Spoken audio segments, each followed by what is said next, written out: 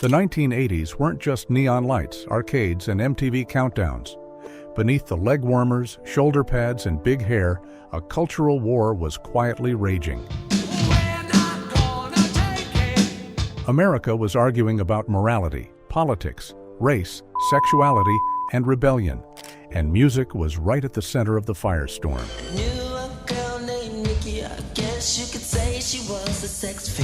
Every hit song wasn't just entertainment, it was a battleground. Tonight, we're diving into 12 songs from the 1980s they tried to censor, ban, bury, or silence. Yet every attempt only made them more powerful. Let's get into it. Number 12, Relax by Frankie. Goes to Hollywood, 1983.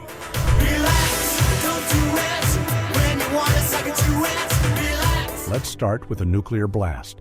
Relax erupted out of Liverpool with a sound that felt like the future. Its pounding synth, beat, and hypnotic vocals made it an instant club favorite. But the lyrics? Let's just say they didn't exactly whisper. The song was a bold, unapologetic ode to pleasure, sexual pleasure, which instantly triggered the BBC's panic button.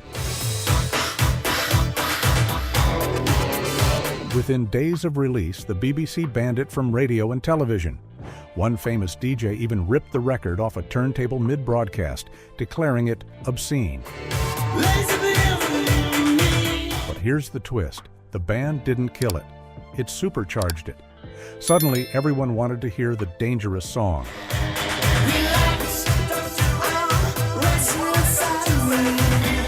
Club DJs spun it non-stop. Record stores couldn't keep it in stock. By trying to silence Relax, they accidentally turned it into a cultural explosion. Number 11, Darling Nikki by Prince, 1984.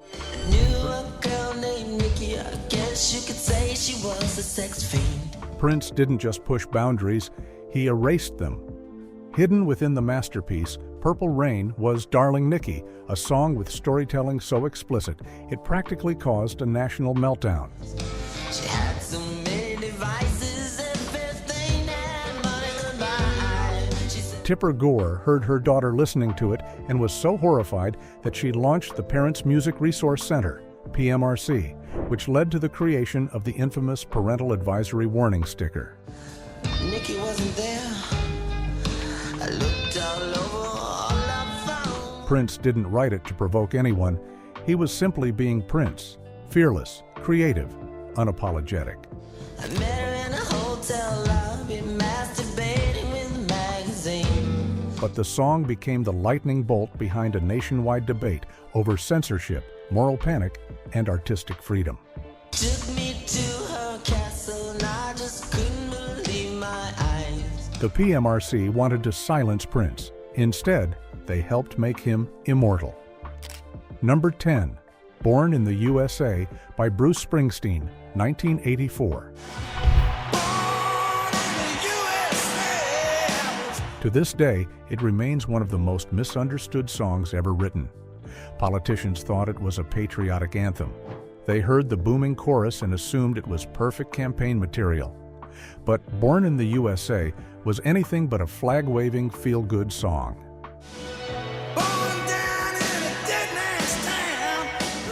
Its verses paint a stark picture of Vietnam veterans returning home to unemployment, trauma, and a country that turned its back on them.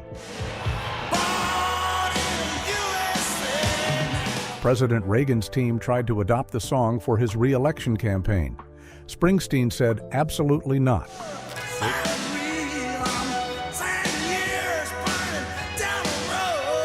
Radio hosts argued about whether it was critical of the government or anti-American.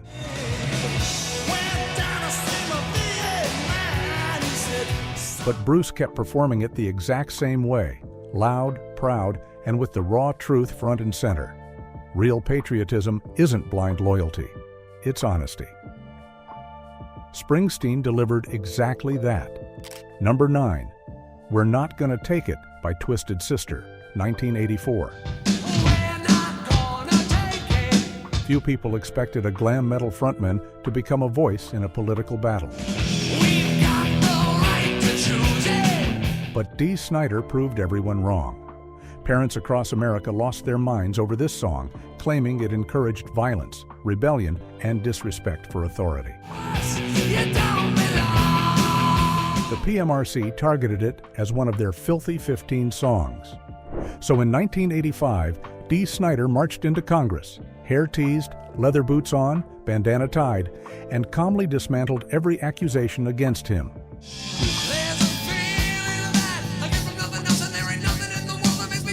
He explained that this song wasn't about chaos. It was about empowerment, standing up to unfair authority. But every attempt to shame it only made it more iconic. Let's be honest, who hasn't screamed this chorus after getting pushed too far? Number 8, Like a Virgin by Madonna, 1984.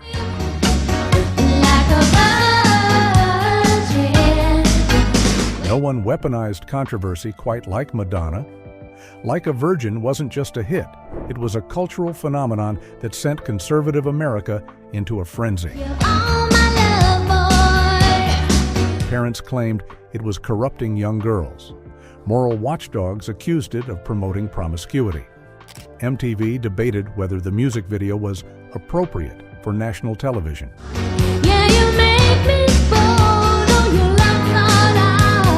Meanwhile, Madonna strolled across the stage in her wedding dress at the first MTV Video Music Awards and turned pop culture upside down. She didn't avoid controversy, she used it.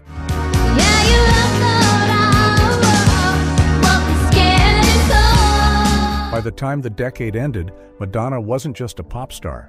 She had become a symbol of sexual autonomy and artistic freedom. Number 7, Straight Outta Compton by N.W.A, 1988. Straight outta Compton, crazy motherfucker named Ice Cube. This wasn't just a song, it was a warning shot that changed American music forever. When N.W.A dropped Straight Outta Compton, mainstream America was not ready. When I'm called off, I got a sawed-off. The track was angry, sharp, unfiltered, and brutally honest. It depicted police harassment, systemic racism, and life in neighborhoods politicians pretended didn't exist. I'ma call you a bitch or a dirty ass hoe. You probably get mad like a bitch is supposed to. The FBI sent a warning letter. Politicians demanded boycotts. Radio stations simply refused to play it. But teenagers didn't care. They copied cassettes, shared them hand to hand, blasted them from car stereos, and spread the message nationwide. The more they tried to silence N.W.A, the louder the group became. Number 6, Love Bites by Judas Priest, 1984. Bringing the kiss, evil's abound in that dead of night. Heavy metal was the favorite target of parent groups in the 1980s, and Judas Priest was right in the crossfire.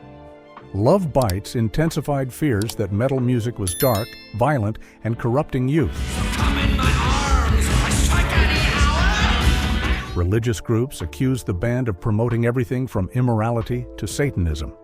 But the controversy reached a terrifying height when the band was sued over alleged subliminal messages that supposedly encouraged self-harm.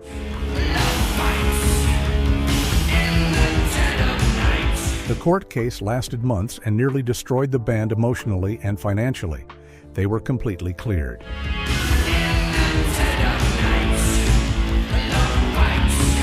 But the stigma stuck, at least to the critics. To fans, Judas Priest didn't just survive. They became legends of resilience. Number 5, Money for Nothing by Dire Straits, 1985. Money for nothing and your chicks free. This song became a cultural storm for an entirely different reason. Money for Nothing was written as satire, a look at how some blue-collar workers insulted musicians while secretly envying their success. You play the guitar on the MTV. But the lyrics included a slur spoken from the perspective of the character being mocked, which ignited intense debate. Was the song mocking prejudice or reproducing it? That's the way you do it. Let me tell you. In the 2000s, several major radio stations banned the unedited version. Some countries demanded a censored re-release, But in the 80s, the controversy only boosted its popularity, and the music video became one of the defining visuals of early MTV.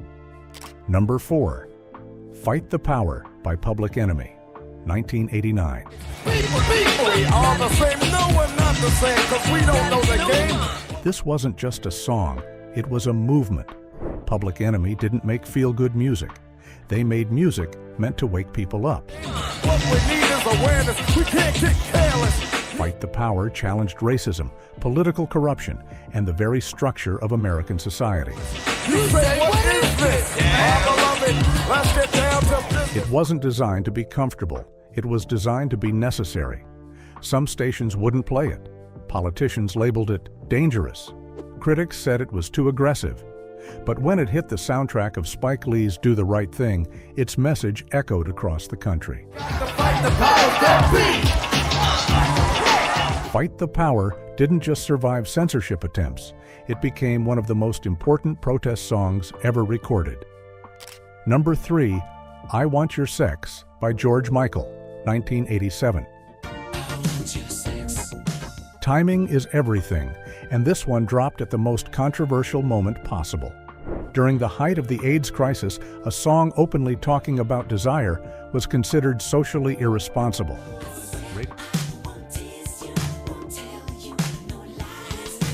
Radio stations banned it during daytime hours.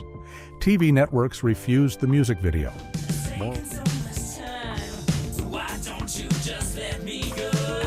Moral groups accused George Michael of encouraging unsafe behavior.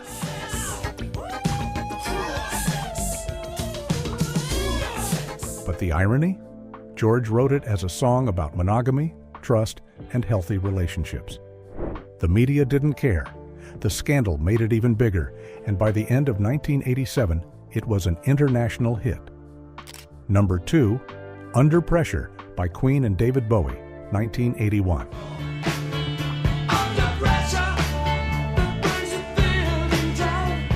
It's hard to imagine now, but when Under Pressure came out, critics were unsure what to make of it.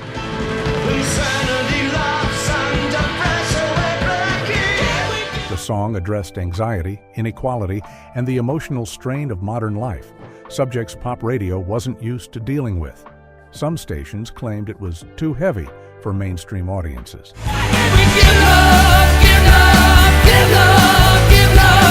But the public felt differently. The emotional honesty of Freddie Mercury and David Bowie cut through the noise. Over time, the song grew into one of the decade's most beloved anthems, proving that vulnerability is sometimes the most powerful rebellion of all. Number 1, Another Brick in the Wall, Part 2 by Pink Floyd, 1980.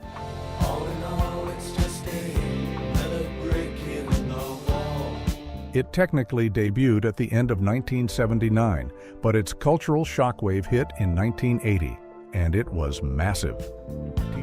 No dark sarcasm in the classroom. Teachers hated it. School boards condemned it.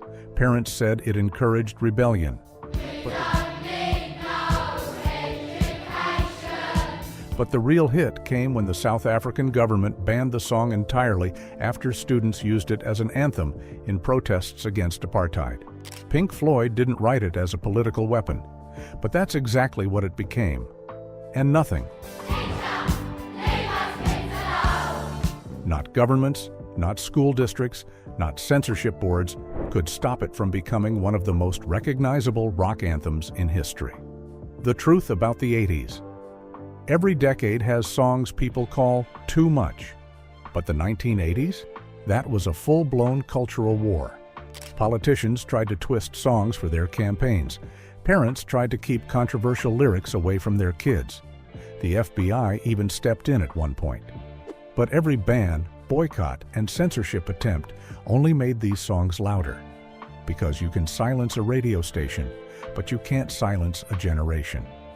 So let me ask you, which one of these songs takes you straight back to the 80s? Was there a track you blasted from your bedroom speakers? One you hid from your parents? One that defined your teenage rebellion? Drop your story in the comments. I'd love to hear your memory. And if you enjoyed this dive into forbidden music history, make sure to hit that subscribe button, because trust me, we've got more secrets from the soundtrack of America they never wanted you to remember.